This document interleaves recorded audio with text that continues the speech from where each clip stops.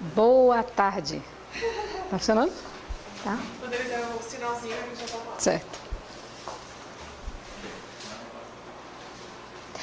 Boa tarde, pessoal. Todo mundo está aqui, já deve estar exausto, né? Aí desde manhã, o pessoal que já está aqui desde manhã cedo merece aí os parabéns, né? Pela perseverança aí, pela energia, né? Por essa maratona. Afinal de contas, é uma maratona, né? Essa é a ideia realmente.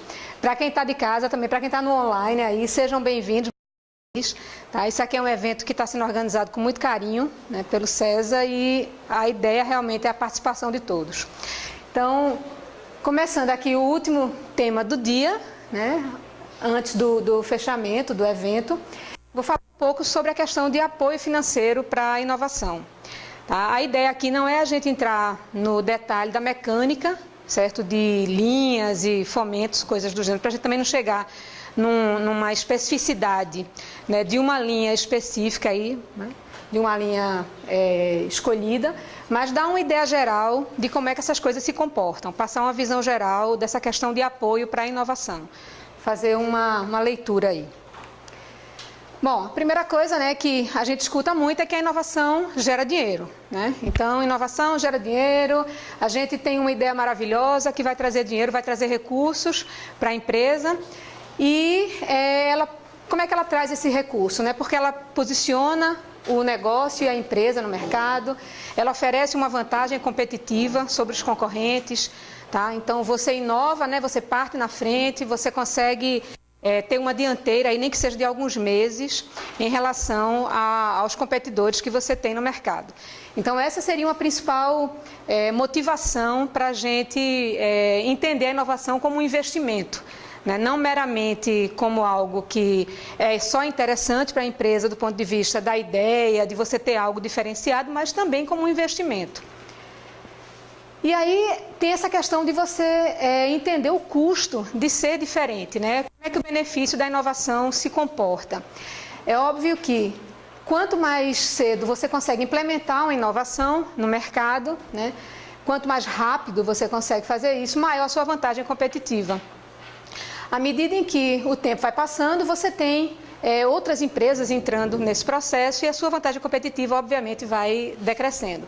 Então, é a questão realmente aí do time, né? O que é inovação hoje não é inovação daqui a 6 meses, por exemplo, né? E como é que você consegue mover, né, rapidamente aí nesse tempo. Então, aí tem várias fórmulas que você tem que fazer, né? Como é que eu vou conseguir dinheiro, como é que eu invisto, o que é que eu coloco de recurso, quanto é que eu junto dentro da empresa, quanto é que eu boto do meu bolso. Principalmente os empresários individuais ou empresas de um porte um pouco menor, né? Que muitas vezes não têm um acesso a recursos, a fundos, etc. Né? Ou até têm o acesso formal, mas não conseguem ter a expertise ou o grupo de trabalho para conseguir escrever uma proposta e submeter para conseguir esse recurso. Né? Ou seja, existe em teoria o dinheiro para aquela empresa, mas na prática nem sempre ela tem condições de se articular para conseguir escrever aquilo ali. Né? Então, uma das coisas que a gente aprende quando faz cursos de contabilidade, cursos ligados à área assim, mais de a questão de balanços, etc., é o seguinte, né? O pior dinheiro que você pode ter para investir no seu negócio é o seu.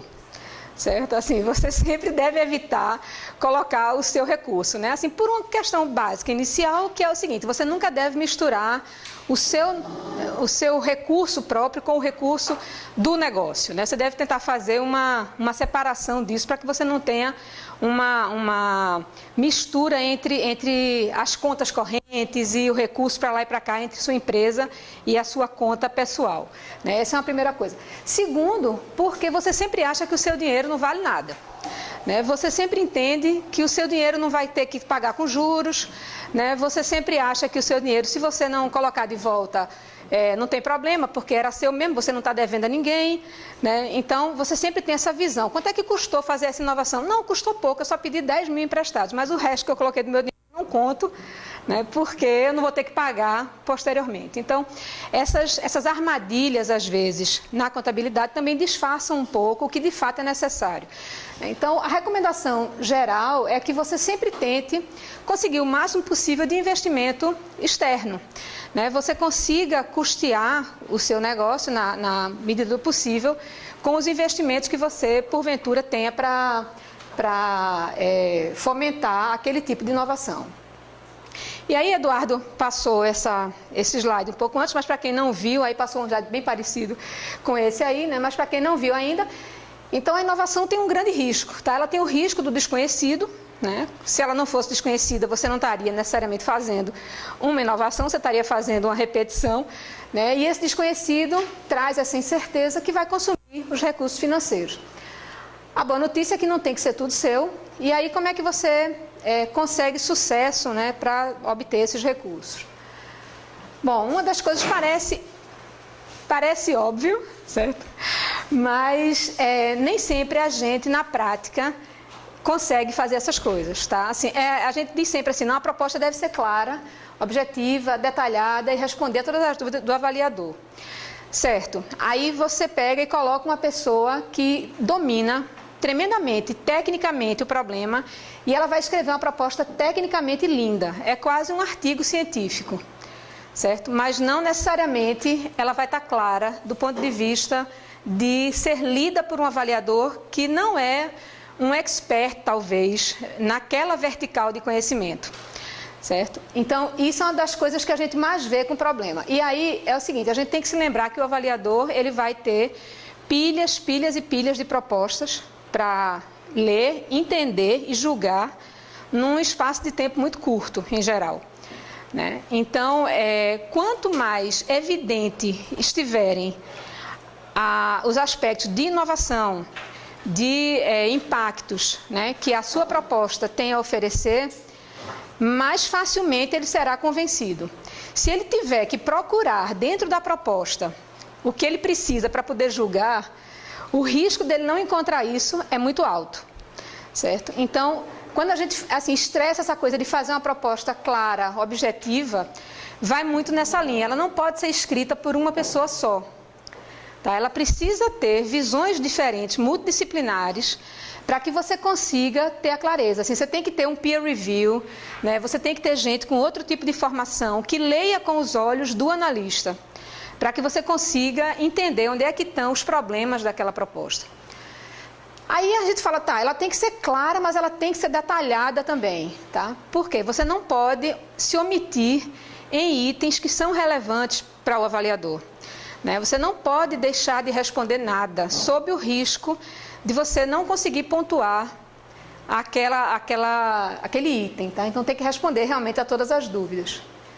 Então, a regra de ouro inicial é o seguinte: leia atentamente, quer dizer, conheça a fundo o edital ou o regulamento do fundo, da linha de financiamento, o que quer que seja que você está pleiteando. De novo, né, parece que a gente está falando algo que todo mundo faz, mas não é verdade, né? A gente sabe que na prática as pessoas encontram um edital e dizem assim, esse edital se enquadra pelo que eu entendi, ou pelo título do edital, essa chamada pública tem a ver com o projeto que eu tenho. Então eu vou correr e vou escrever isso aqui. Tá? Então, tira meia hora para ler isso aí em detalhes, anotar, tirar as dúvidas, né? Porque a proposta ela tem que ter a cara do edital ou do regulamento. Certo? Você tem que ter aderência àquilo ali ao máximo. Então, eu já presenciei aqui inúmeras propostas que são cortadas em avaliação por questões puramente sintáticas, né, de leitura do edital. Então, a gente tem que ter esse cuidado na hora de preparar a proposta, né? Isso é essencial. E aí a gente tem que pensar o seguinte, né? Não basta a gente ter um negócio inovador, a gente tem que torná-lo atrativo. Certo? Então, como eu sou chocólatra, certo? Eu achei que nada poderia ser mais atrativo do que essa foto aqui.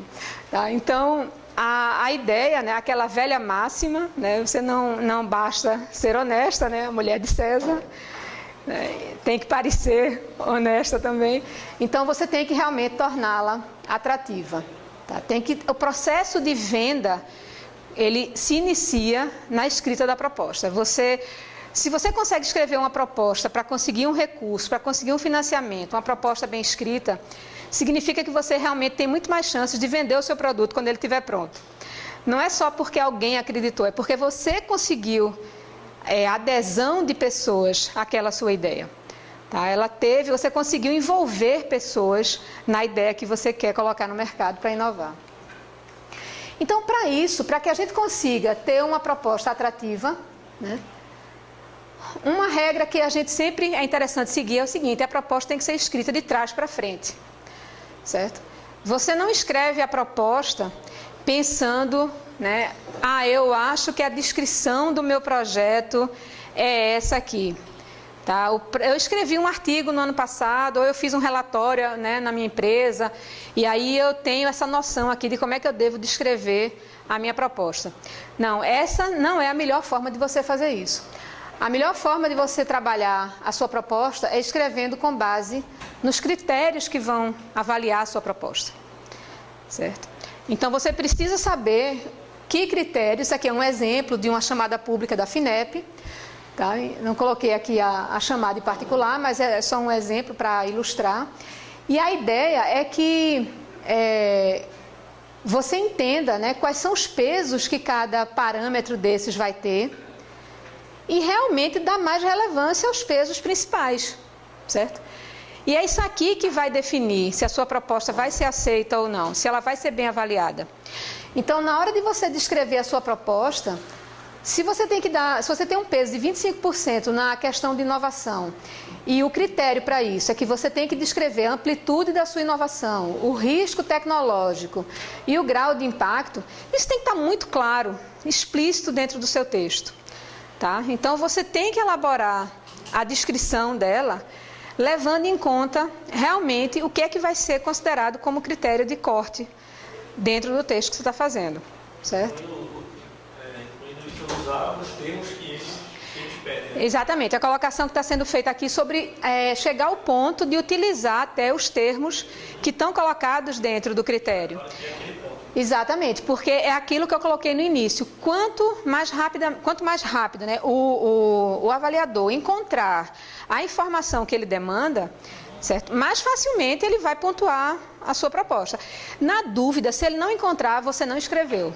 Para ele, certo? Você pode até ter escrito com outras palavras e até muito mais bonito, certo? Mas para ele, aquilo ali não vai estar constando do seu projeto. Então você vai ter um ranking ruim na hora de ser avaliado. Então o que acontece? Se você vai colocar, como ele mencionou, né, a questão de inovação, coloca até como subitem dentro da proposta, entendeu? 2.1, amplitude da inovação. Essa proposta apresenta uma amplitude de inovação de tal tipo. Então, você explorar bastante até essa nomenclatura, certo? Porque aí o cara vai dizer, não, tem. Certo? Ele pode até não tirar um 10, mas tem. Então, ele vai considerar o que está escrito lá, certo? Então, isso é muito relevante e é algo que, em geral, a gente também não faz.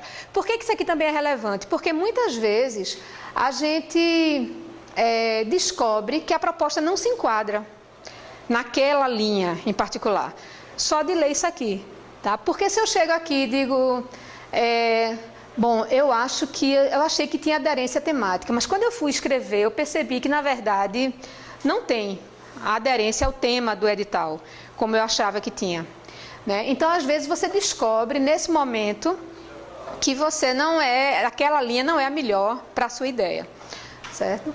Então, é uma referência assim, que a gente tem que ter em mente sempre. A proposta é escrita de trás para frente, certo? Bom, tendo isso em mente, certo? A gente precisa entender, né, como é que a gente pode conseguir o fomento. Então, normalmente, os fomentos eles se dividem em dois tipos básicos, né? Muita gente já deve ter ouvido falar desses termos. São os reembolsáveis e os não reembolsáveis. Antigamente, como é que era chamado isso aqui, né? Era financiamento, né? Porque se previa um pagamento de volta, um retorno do dinheiro para o item, para o agente financiador. E o não reembolsável eram os famosos a fundo perdido, certo? Então, tinha essa expressão, né, que denominava esse tipo de verba aí. Isso mudou com o tempo e hoje em dia é chamado dessa forma. Então, a diferença básica entre eles é que um deles é pago de volta, você tem que devolver o dinheiro, e o outro não demanda pagamento posterior. É ótimo, né? Esse aqui é bem legal, né? Melhor do que esse, né? Parece ser.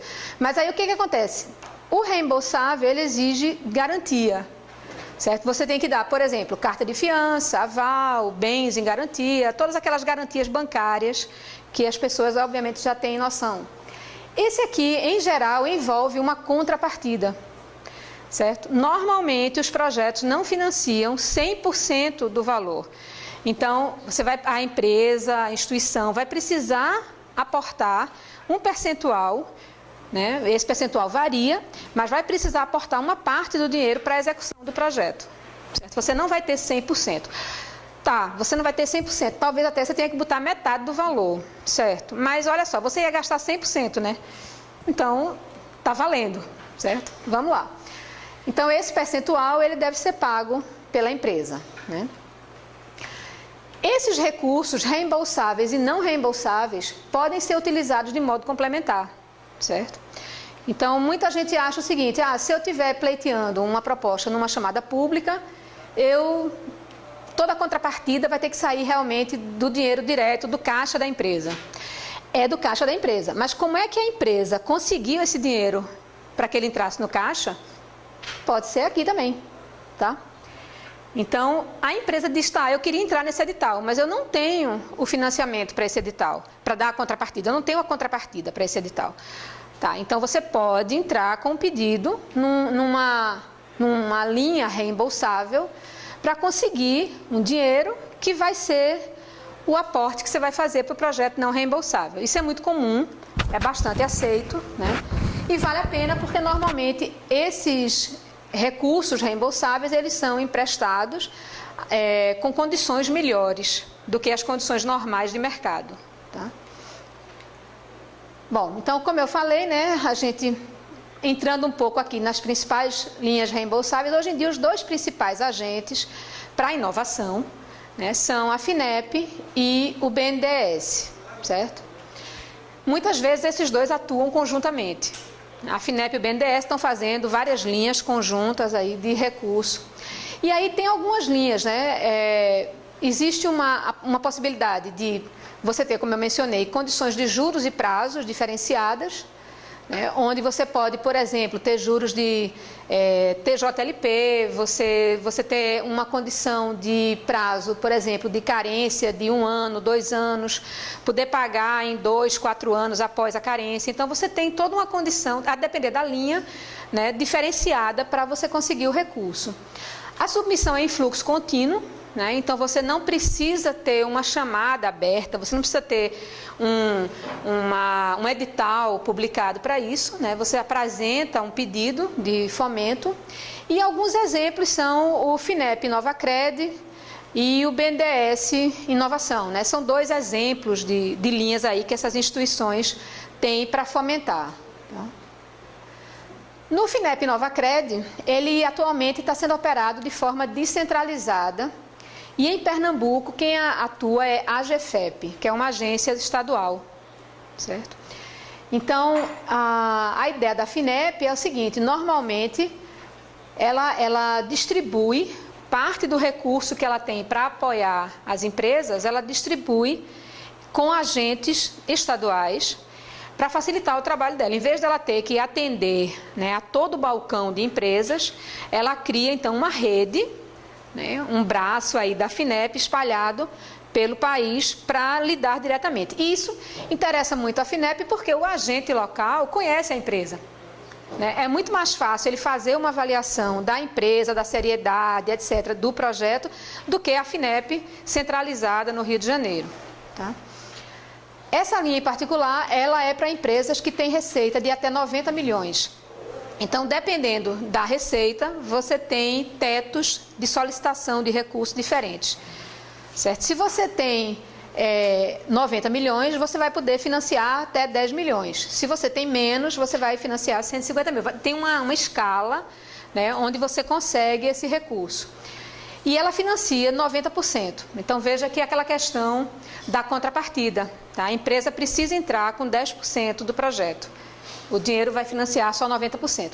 E baseado na TJLP, que é bastante atrativo, né, considerando o mercado de financiamento bancário. No caso do BNDES Inovação, ele também financia um máximo de 90%. O projeto, no mínimo, de 1 milhão, que é bastante interessante também para empresas de médio, pequeno porte, né? Já é um projeto que pode fazer um diferencial para uma empresa um pouco menor, e também a TJLP mais 3,5% ao ano, isso é o valor máximo, né? A depender do tipo de garantias que você apresenta, do tipo de contrapartida que você vai dar, essas taxas podem também ser reduzidas, tá? Bom, passando um pouco para as principais linhas não reembolsáveis, né? Eu citei por alto linhas que você pode tirar empréstimo, né? São só 2 exemplos ali, mas óbvio que tem uma gama de outras possibilidades. Existem também linhas não reembolsáveis, também trabalhadas pela FINEP, pelo BNDES e um terceiro agente, né, que existe para a inovação, também do governo, o CNPq, vinculado ao Ministério de Ciência e Tecnologia. Ele seria o primo da FINEP, tá? Os dois estão ligados ao Ministério de Ciência e Tecnologia. A FINEP trabalha mais com pessoas jurídicas, o CNPq trabalha mais com pessoas físicas. Na verdade, normalmente, os valores que o CNPq aporta são colocados sob a responsabilidade de um pesquisador, estando ele atrelado a uma instituição, tá? Não é uma pessoa física desgarrada no mundo, ela tem que estar vinculada a algum tipo de instituição. E aí, essas linhas não reembolsáveis, uma outra coisa interessante é que ela abre uma possibilidade da empresa fechar parcerias com ICTs, que são instituições científico-tecnológicas, né? A exemplo do CESA é um ICT, tá? Então, é uma coisa interessante porque isso aqui fecha a questão de você ter atuação dentro de inovação aberta, de você expandir o sistema de inovação, você trabalhar em equipe, né? Você poder trocar a expertise, fazer a transferência do conhecimento. Então, esse tipo de coisa é interessante também.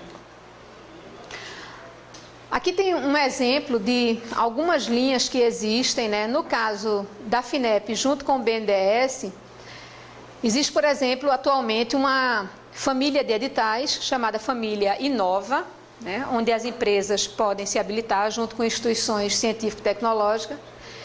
E aí, cada Inova foca numa vertical técnica. Então, você tem o Inova Aerodefesa, Inova Agro, Energia, Petro, Saúde e por aí vai, tá? Então, cada linha dessa tem um aporte de recurso da FINEP, do BNDES e de outros agentes, a depender da especificidade da linha, né? Então, cria-se um fundo para cada linha dessas e aí a FINEP abre editais para poder fazer a aplicação desse fundo, tá?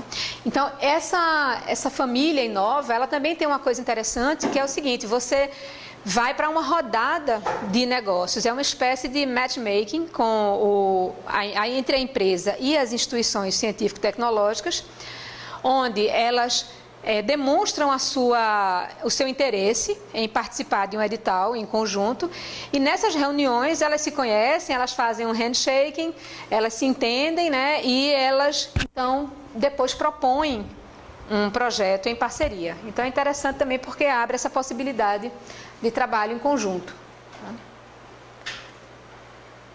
Um outro item aí específico do BNDES é chamado de Funtech. É um fundo para tecnologia, né? Ele também financia um máximo de 90%. Eu estou usando o termo financiamento aqui, mas ele é não reembolsável, eu estou dentro da linha dos não reembolsáveis. E o projeto tem que ser submetido em parceria com uma ICT, empresa mais ICT. Um limitador dessa linha aqui é que ele exige um enquadramento em áreas temáticas específicas. Então, ele é fluxo contínuo, não é um edital, ele está sempre podendo receber propostas, mas ele exige que a proposta esteja enquadrada em linhas específicas. Não é qualquer projeto que vai ser enquadrado lá do ponto de vista temático, né? Mas é algo que é interessante também. E, principalmente envolvendo empresas, né, existe uma linha chamada CNPq RAI, pesquisador na empresa, que abre a possibilidade de você ter bolsas de pesquisa para a empresa.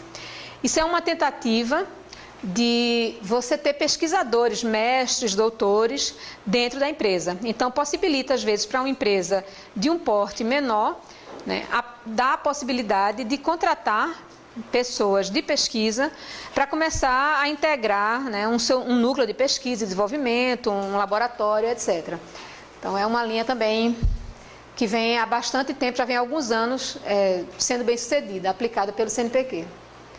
Então, tem um exemplo aí, não vou detalhar isso aqui, mas são exemplos de algumas fontes aí de forma geral, né? Normalmente são bancos, né, como a gente falou aqui, que implantam. E aí, uma coisa que eu gostaria de citar é o seguinte: a gente, além desses fundos que eu mencionei aí, desses agentes, né, essa questão de investimento para a inovação se lastreia também em alguns aspectos legais. Aí existem algumas leis que prevêem esse investimento e algumas delas também abrem a possibilidade da empresa investir, em alguns casos com institutos, né, recursos para a inovação. Então, uma dessas linhas é a Lei do Bem, né? Existe uma definição aí do que a Lei do Bem considera como inovação. É bastante específico, assim, bastante detalhado aí a forma como eles colocam. Mas a ideia é que seja qualquer novo produto, novo processo de fabricação ou uma nova funcionalidade que você esteja colocando no produto ou no processo, né? Desde que traga melhorias e ganhos, tá? Então, qual é a questão aqui da Lei do Bem? Você gasta os valores com inovação, tá? Depois que você gasta aqueles valores, na hora de você lançar no seu imposto de renda os gastos para dedução do imposto de renda, você pinça aqueles valores que são de inovação e vai ter uma apropriação diferenciada na base de cálculo do imposto de renda. Então, a dedução na base de cálculo do imposto de renda vai ser maior, por conta desses benefícios que a lei oferece, certo? E com isso, obviamente, a empresa vai pagar menos imposto de renda, em consequência, certo? Porque ela vai ter mais critérios de despesa sendo lançados na sua tabela lá, anualmente. Qual é a questão disso aqui, né? Como a análise é posterior ao gasto, então você precisa estar muito certo de que aqueles investimentos vão ser considerados como de pesquisa, certo? Porque você já fez o gasto, você vai deixar de pagar imposto dizendo que aquilo ali foi direcionado para pesquisa. Então, é uma coisa que tem que ter em mente. E você pode também fazer em parceria com as ICTs, né? Então, a empresa desenvolve o projeto, mas ela pode ter a contratação de instituições científico-tecnológicas para desenvolver parte desse projeto. Tá? Então, essa despesa da contratação também seria lançada como uma despesa de P&D na base de cálculo. Seria um dos itens para você abater da base de cálculo do imposto de renda. Então, aqui é uma relação só dos itens que são considerados, né? O que é que você pode deduzir, que dispêndios são dedutíveis. Então, existem a questão, né, de contratos com as ICTs, a questão de você ter remessa de fundos para o exterior. Então, você tem uma melhoria na redução a zero da alíquota. A depreciação das máquinas que forem compradas é feita de forma integral no ano da compra. Então, você acelera a depreciação, certo?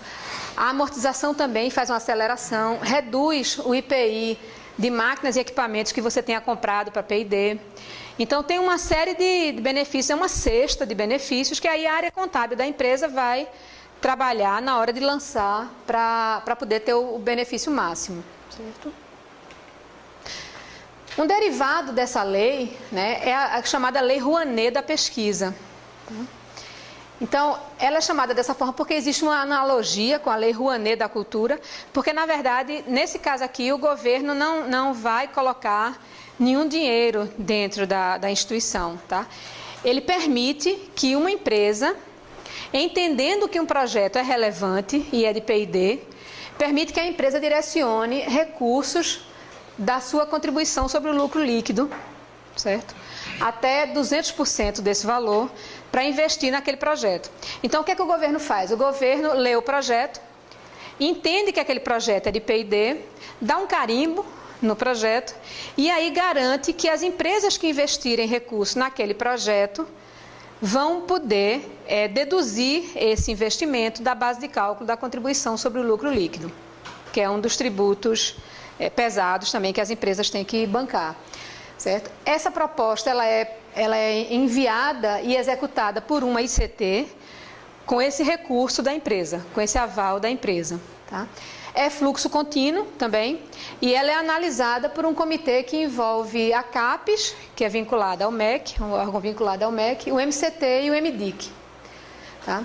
Então, veja que nesse caso, diferentemente da lei do bem anterior que eu mencionei, que você não tem uma aprovação prévia, você não tem um enquadramento prévio do projeto, nesse caso aqui você tem o projeto do ponto de vista do seu teor, ele tem uma aprovação prévia, ele é enquadrado previamente e o governo lhe diz, não, ok, esse projeto é considerado como um projeto de P&D.